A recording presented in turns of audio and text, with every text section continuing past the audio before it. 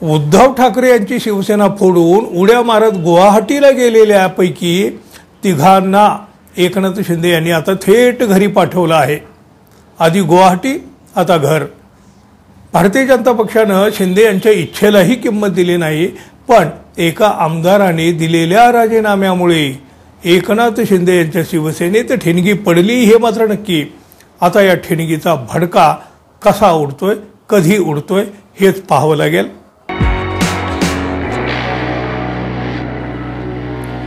मित्रहो नमस्कार।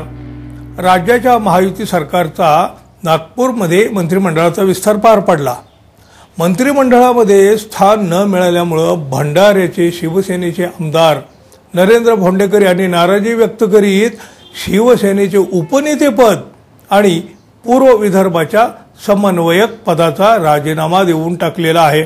हा एकनाथ शिंदे यांच्यासाठी पहिला मोठा झटका ठरला आहे। कदाचित ही एक ठिणगी सुद्धा असू शकते। भोंडेकर यांनी एकनाथ शिंदे यांच्यावर सडकून टीका केलेली आहे। बघा, त्यांच्याच पक्षाचे आमदार शिवाय बघा शिंदे यांच्या सेनेत प्रवेश करून आपली चूक झाली याची जाणीव देखील त्यांना आता झालेली आहे। भाजपाचा आग्रह असतानाही आपण शिवसेनेत प्रवेश केला असं त्यांचं म्हणणं आहे। आपल्याला शिंदे यांनी मंत्रिपदाचं आश्वासन दिलं होतं तरीही डावलण्यात आलं। शिवसेनेत गेल्याचा आता पश्चाताप होतोय असं देखील ते आता म्हणतायत। शिवसेनेच्या पदाचा तर बघा त्यांनी राजीनामा दिलेलाच आहे। उपनेतेसारखं पद होतं पण त्यांनी ते लाथाडलं, फेटाळलं। आता बघा वेळ पडली तर आमदारकीचाही राजीनामा देईन असं ते म्हणत आहेत। बघा काय म्हणाले हे भोंडेकर, मागील सरकारच्या वेळेस 10 अपक्ष आमदारांपैकी एकनाथ शिंदे यांच्यासोबत जाणारा म्हणजे गुवाहाटीला सर्वात पहिला आमदार मी होतो।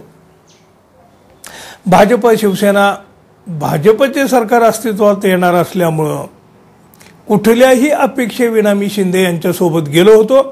त्यावेळी मला पुढच्या वेळेस जेव्हा सरकार येईल त्यावेळेस नक्की तुम्हाला सन्मानानं मंत्रिपद देऊ असं आश्वासन दिलं होतं। ज्यावेळी शिवसेनेमध्ये प्रवेश झाला त्यावेळी चर्चा झाली, मात्र मंत्रिमंडळात स्थान मिळालं नाही, दिलं गेलं नाही। अहो एवढं बोलणं झाल्यावर सुद्धा आता मंत्रिमंडळाच्या विस्तारात जे मागून आले त्यांना स्थान देण्यात आलं, जे पक्षासोबत प्रामाणिक राहत नाहीत त्यांना सुद्धा मंत्रिमंडळात स्थान देण्यात आलं आहे असं हे भोंडेकर म्हणाले आहेत। भोंडेकर यांना भारतीय जनता पक्षात येण्यासाठी देवेंद्र फडणवीस यांचा मोठा आग्रह होता, म्हणजे असं हे भोंडेकर स्वतः सांगत आहेत। एकनाथ शिंदे यांच्यासोबत गेल्याचा त्यांना आता पश्चाताप होतो आहे, पण आता पश्चाताप करून तरी काय उपयोग हो। वेळ आली तर आमदारकीचाही राजीनामा देऊ असं आमदार भोंडेकर म्हणत आहेत। आता कुठली वेळ यायची आहे त्यांनाच माहीत। पक्षाच्या पदाचे राजीनामे दिले, मग आमदारकीचा राजीनामा का नाही दिला हो? एवढा पश्चाताप झाला ना तर मग आमदारकीचा मोह का नाही सुटला? अहो असे काही प्रश्न उपस्थित होतातच ना। मिळालेली आमदारकी कुणी असं सहजासहजी सोडत नसतं हो, या गोष्टी बोलायच्या असतात। पण शिंदे सेनेसाठी मात्र ही एक ठिणगी ठरू शकते आणि एक ठिणगी किती आग भडकावू शकते याचा अंदाज तर कुणी करू शकत नाही। एकनाथ शिंदे यांच्यासोबत गेलेले आणि वादग्रस्त म्हणून नावारूपाला आलेले तानाजी सावंत, अब्दुल सत्तार, दीपक केसरकर या तिघांनाही यावेळी डच्चू दिला गेला आहे। खरं तर भाजपनं एकनाथ शिंदे यांच्या इच्छेला काहीही किंमत दिली नाही। या तिघांच्या नावाला भाजपचा विरोध होता आणि शिंदे यांनी त्यांना आता डच्चूही दिलेला आहे। बघा अब्दुल सत्तार गप्प आहेत, दीपक केसरकर पोपटपंची करीत आहेत, पण तानाजी सावंत यांची ही नाराजी काही लपून राहिलेली नाही।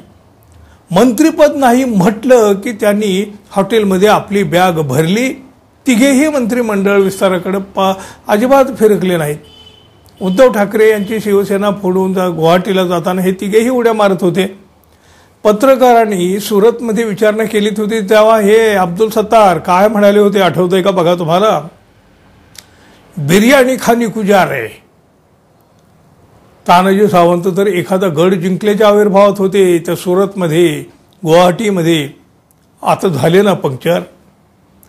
या तिघांना डच्चू दिला असला तरी बघा ते काहीही करू शकणार नाहीत नाराजीशिवाय, कारण सावंत आणि सत्तार यांची काही प्रकरणं पेंडिंग आहेत.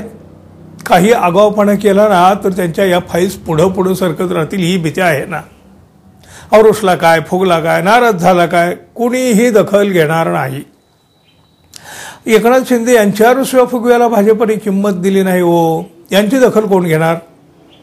पण आमदार भोंडेकर यांच्यामुळं मात्र शिंदे सेनेमध्ये पहिली ठिणगी पडली ही मात्र नक्की. आता या ठिणगीचा भडका उडेल की आग भडकेल, तुमचा काय अंदाज. तुमची मतं जरूर व्यक्त करा.